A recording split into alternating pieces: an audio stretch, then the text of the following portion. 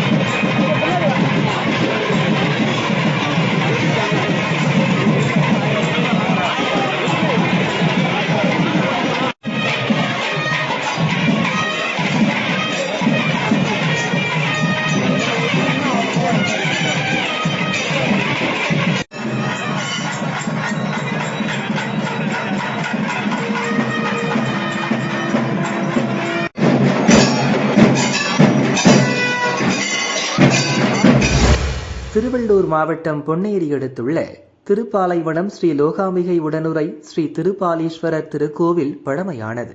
தேவர்கள் பார்க்கடலை கடைந்தபோது அதிலிருந்து வெளியேறிய கொடும் விஷத்தை சிவபெருமான் தனது தொண்டையில் அடக்கி முக்கோடி தேவர்களை காத்தருளிய புராண சிறப்பு மிக்கது. இக்கோவிலின் திருப்பணிகள் கடந்த 3 ஆண்டுகளாக நடைபெற்று வந்த நிலையில் தற்போது பணிகள் நிறைவு பெற்றுள்ளன. தொடர்ந்து அஷ்டபந்தன மகா கும்பாபிஷேகம் வரும் 2026ஆம் ஆண்டு ஜனவரி 30ஆம் தேதி சிறப்பாக நடைபெறவுள்ளது. கும்பாபிஷேகத்திற்கான பந்தக்கால் நடும் விழா சிவாச்சாரியார் விஸ்வபதி தலைமையில் சிறப்பாக நடைபெற்றது. நிகழ்வில் திரளான பக்தர்கள் பங்கேற்று விழாவினை சிறப்பித்தனர்.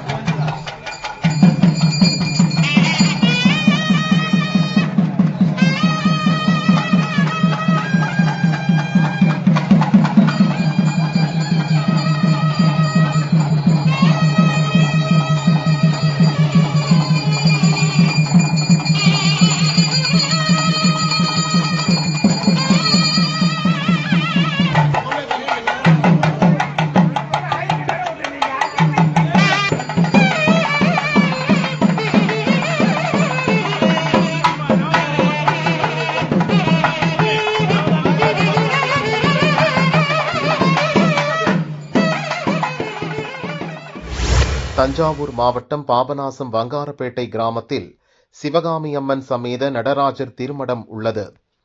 பழமையான மடத்தின் புனரமைப்பு பணிகள் நிறைவடைந்து கும்பாபிஷேக யாகசாலை துவங்கியது.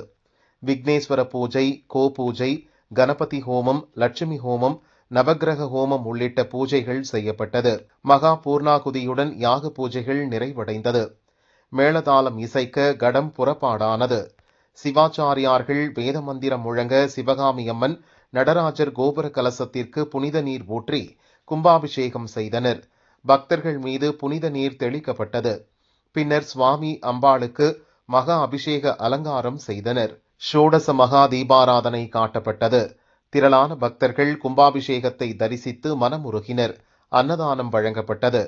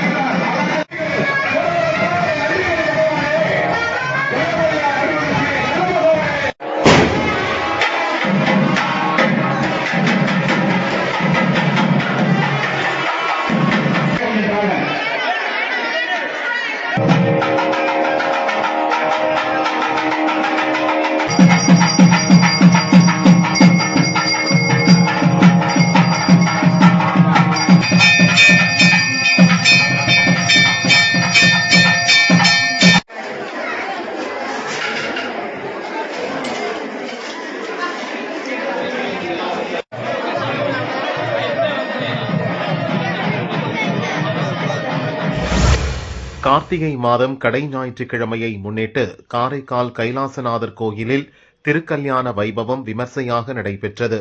விக்னேஸ்வர பூஜையுடன் திருக்கல்யாணம் துவங்கியது. பக்தர்கள் சுவாமி அம்பாளுக்கு சீர்வரிசை எடுத்து வந்தனர்.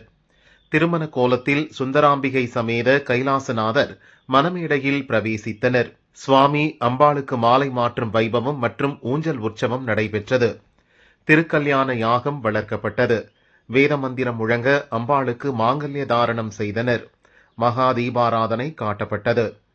பக்தர்களுக்கு மஞ்சள், குங்குமம், திருமாங்கல்ய சரடு உள்ளிட்ட மங்கள பொருட்கள் வழங்கினர். திரளான பக்தர்கள் சிவசிவ கோஷத்துடன் திருக்கல்யாணத்தை தரிசித்து மனமுருகினர்.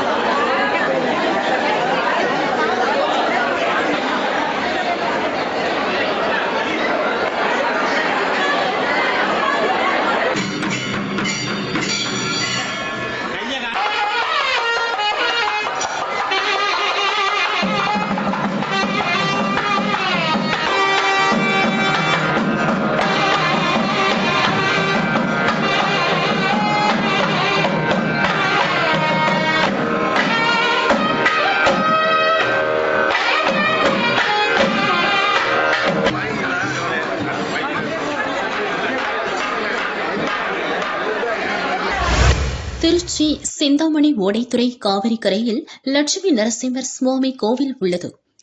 கோவிலில் அழகிய மணவாள பெருமாள் திருக்கல்யாண வைபவம் விமர்சையாக நடைபெற்றது. ஸ்ரீதேவி பூதேவி சமேத அழகிய மணவாள பெருமாள் திருமண கோலத்தில் அருள் பாலித்தார். பட்டாச்சாரியார்கள் வேத மந்திரம் முழங்க திருமாங்கல்ய தாரணம் செய்தனர். கோவிந்தா கோஷம் முழங்க திரளான பக்தர்கள் திருக்கல்யாணத்தை தரிசித்து மனமுருகினர். திருமணமாகாத பக்தர்கள் நம் பெருமாளை வலம் வந்து சிறப்பு வழிபாடு நடத்தினர். அன்னதானம் வழங்கப்பட்டது. பக்தர்களுக்கு குங்குமம், புஷ்பம், திருமாங்கல்ய சரடு உள்ளிட்ட மங்கள பொருட்கள் வழங்கினர்.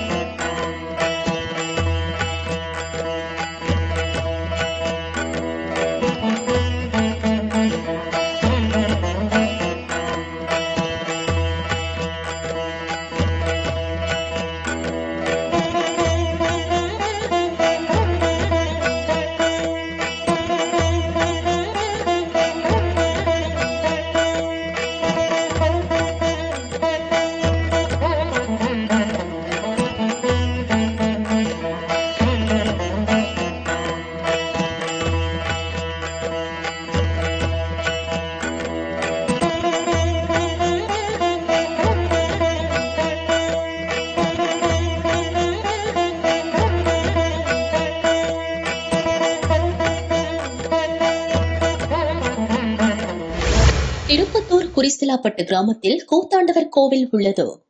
பழமையான கோவில் புனரமைப்பு பணிகள் நிறைவடைந்து கும்பாபிஷேக யாகசாலை துவங்கியது. விக்னேஸ்வர பூஜை, கோ பூஜை, கணபதி ஹோமம், லட்சுமி ஹோமம், நவகிரக ஹோமம் உள்ளிட்ட பூஜைகள் செய்யப்பட்டன.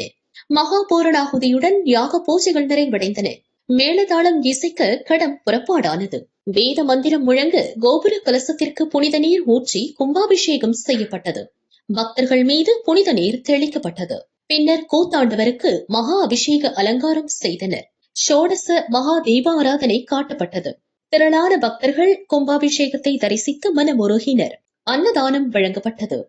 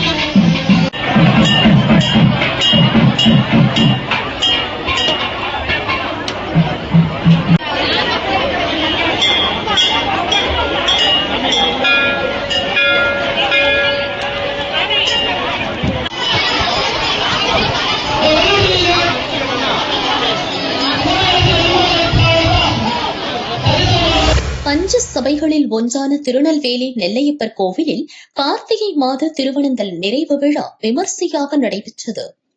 கார்த்திகை மாதம் 30 நாட்களும் நெல்லையப்ப சுவாமி பள்ளியறைக்கு தங்க பல்லக்கில் எழுந்தருளுவார். மறுநாள் காலை மீண்டும் கோவிலுக்கு திரும்பும் திருவனந்தல் நிகழ்வு மிகவும் பிரசித்தி பெற்றது. இன்று கார்த்திகை மாத கடைசி நாளை முன்னிட்டு சிறப்பு பூஜை செய்தனர். அதிகாலை அம்பாள் சன்னதியில் இருந்து அன்னப்பறவை வைத்து அலங்கரிக்கப்பட்ட தங்க பூப்பல்லக்கில் சுவாமி பிரவேசித்தார். மேளதாளம் இசைக்க கோவில் கிரி பிரகாரத்தில் சுவாமி உலா வந்தார். அதைத் தொடர்ந்து சுவாமி சன்னதியில் சிறப்பு திருவனந்தல் நடைபெற்றது. ஆயிரக்கணக்கான பக்தர்கள் சிவ சிவ கோஷம் முழங்க சுவாமி தரிசனம் செய்து மனமுருகினர்.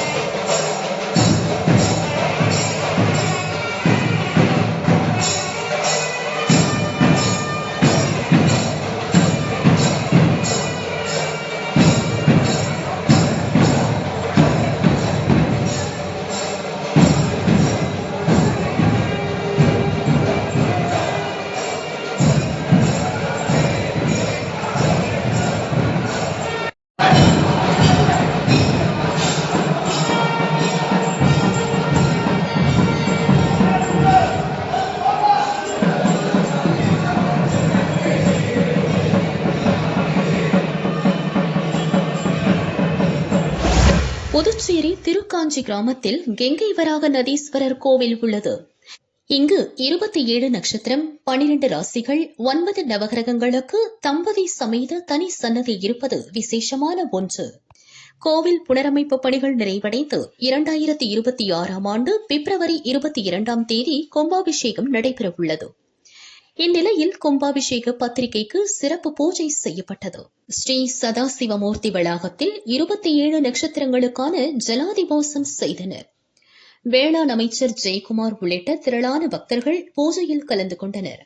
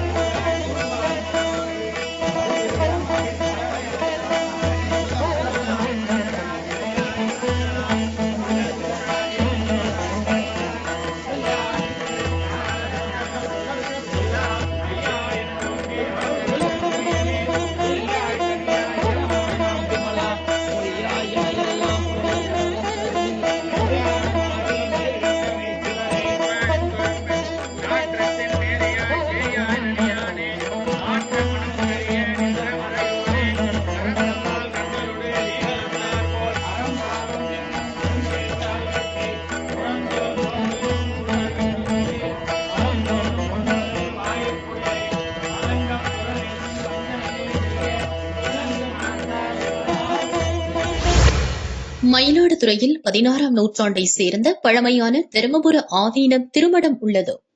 ஆதீனத்தை தோற்றுவித்த முதல் குருவாக ஞானசம்பந்தர் போற்றப்படுகிறார். மடத்தில் கச்சளை கோவில் உள்ளது. பழமையான கோவில் புனரமைப்பு பணிகள் நிறைவடைந்து கும்பாபிஷேக யாகசாலை துவங்கியது.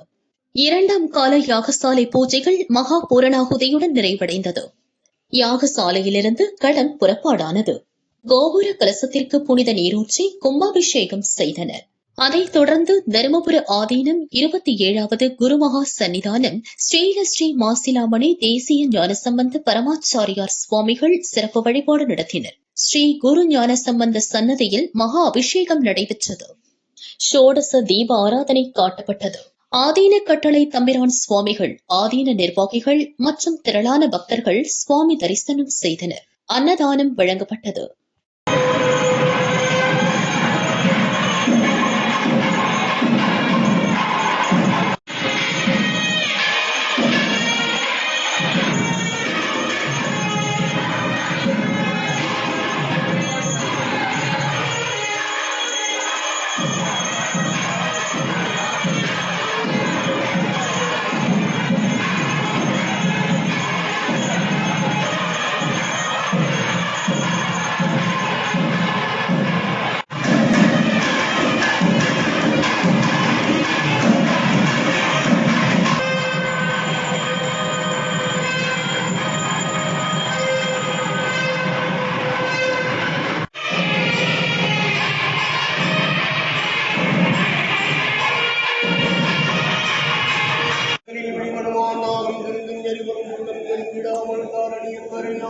அவர் போர் வந்த செய்வ சிகாமணி அவர்க்கும் தலைவனுக்கும் காரணியும் நெடிய முழுக்கமலை வேந்தன் கருணை வழிய பொழியும் இருகடைக்களாளன் காரணியும் ஞான சம்பந்தன் என்னை பரமனில் சரண மலர் வரைந்தார்.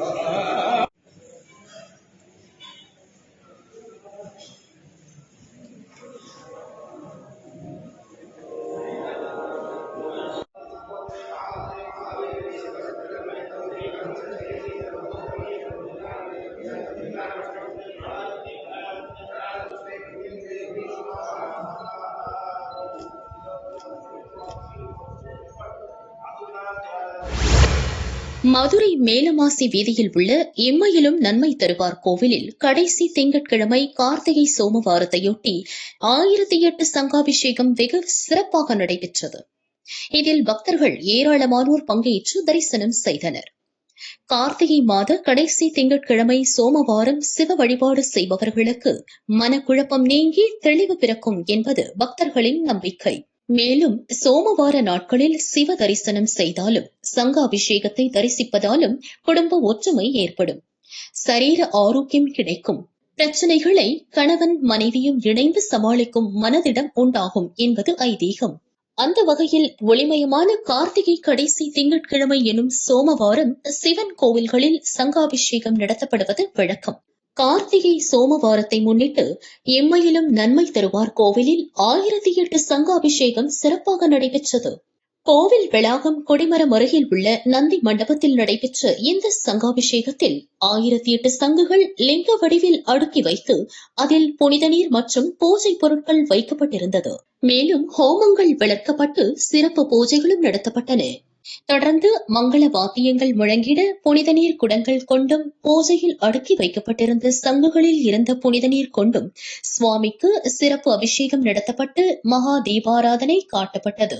இந்நிகழ்வில் ஏராளமான பக்தர்கள் பங்கேற்று சுவாமி தரிசனம் செய்தனர். சமர்ப்பயாமி